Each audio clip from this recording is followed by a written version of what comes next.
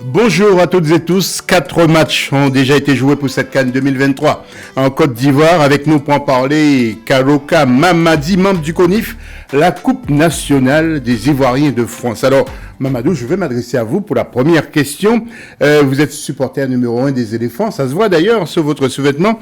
Comment avez-vous vécu les premiers instants de cette CAN et est-ce que, après le match de la Côte d'Ivoire, vous pensez que les éléphants peuvent remporter cette leur troisième CAN, pardon. Bonjour monsieur, merci pour cette belle invitation. À l'entame du match, ça nous a déjà rassuré avec le premier but de Seko. Et ça nous a montré que cette belle équipe peut arriver loin. Et tous les atouts que nous avons, je crois bien que la coupe sera à Abidjan. Elle va rester à Abidjan. La CAN va rester à Abidjan. Bien, nous allons voir tout ça au fur et à mesure des matchs. Parlons justement du premier match avec les images. Côte d'Ivoire, justement, qui a battu la Guinée-Bissau sur le score de 2-0 avec une première frappe, un but en quelque sorte, sur une frappe de Seko Fofana et un exploit technique de Jean-Philippe Grasso pour le deuxième but. La deuxième rencontre avec la Guinée équatoriale qui surprend encore et parvient à arracher le match nul face au Nigeria.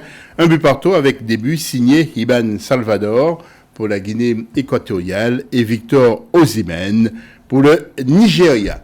Là, c'était pour le groupe A. Nous allons passer au groupe B avec le Mozambique qui parvient à arracher le match nul face à l'Égypte. 2 buts partout.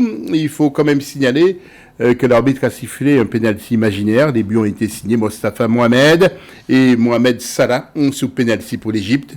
Witi et Clésio Bokeh pour le Mozambique. Enfin, le dernier match est le quatrième avec les requins bleus du Cap-Vert qui ont créé la grosse surprise en battant le Ghana 2-1. Jamiro Montero et Gary Rodriguez marquent pour le Cap-Vert et réduction du score par Alexandre Djikou pour les Black Stars. Je m'adresse encore à vous, Mamadi Kakola, membre du CONIF.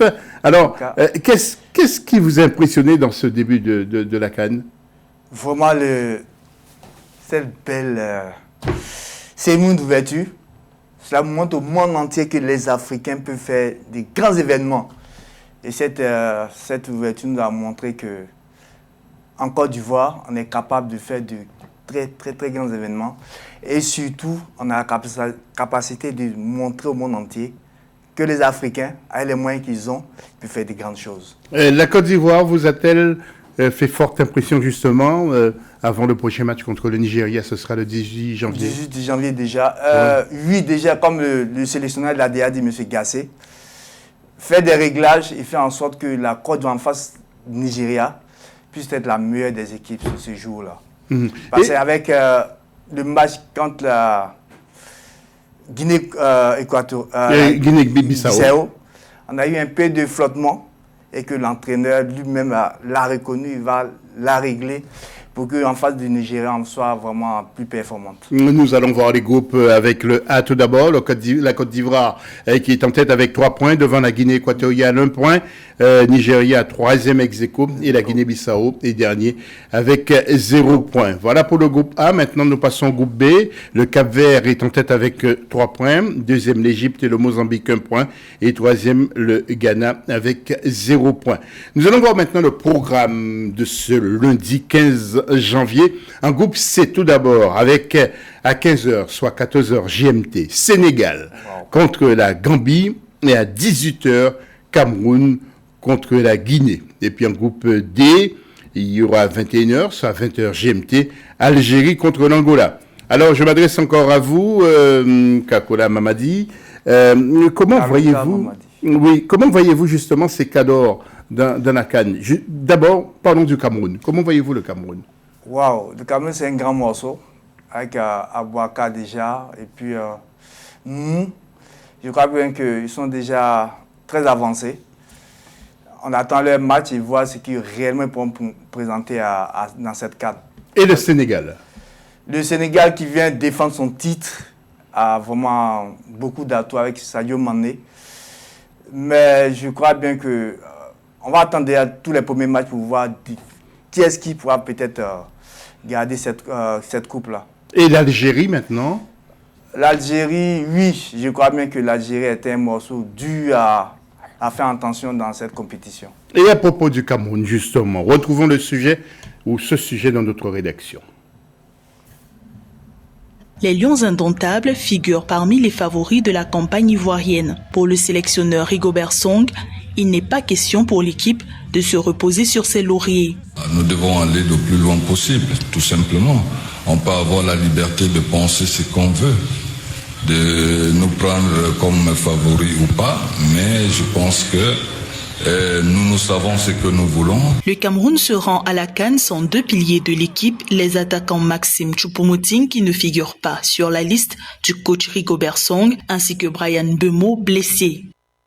Et puis le président du Sénégal s'est adressé aux joueurs des Lions de la Teranga avant leur départ pour la Côte d'Ivoire. Regardez.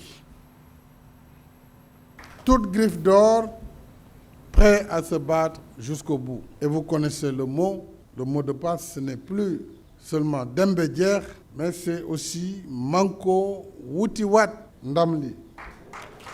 Woutiwat. Je m'engage à vous dire que si vous nous ramenez la Coupe d'Afrique cette fois-ci, eh bien vous aurez des récompenses que vous ne pouvez pas imaginer. De quoi motiver la troupe. Dernière question avant de terminer. D'après vous, qui peut remporter cette CAN 2023? Je vais la Côte d'Ivoire d'abord, Oui. parce qu'on est déjà bien lancé. Je vois aussi l'Algérie. L'Algérie et en dernier lieu la Guinée. Côte d'Ivoire, l'Algérie et la Guinée. Laquelle des Guinées? Guinée-Conakry. La Guinée-Conakry. La Guinée-Conakry. En tout cas, merci d'être revenu dans cette émission et puis bonne chance à la Côte d'Ivoire. Fin de cette rubrique, n'oubliez pas de suivre la CAN sur notre chaîne Africa 24 avec toutes nos équipes. Merci.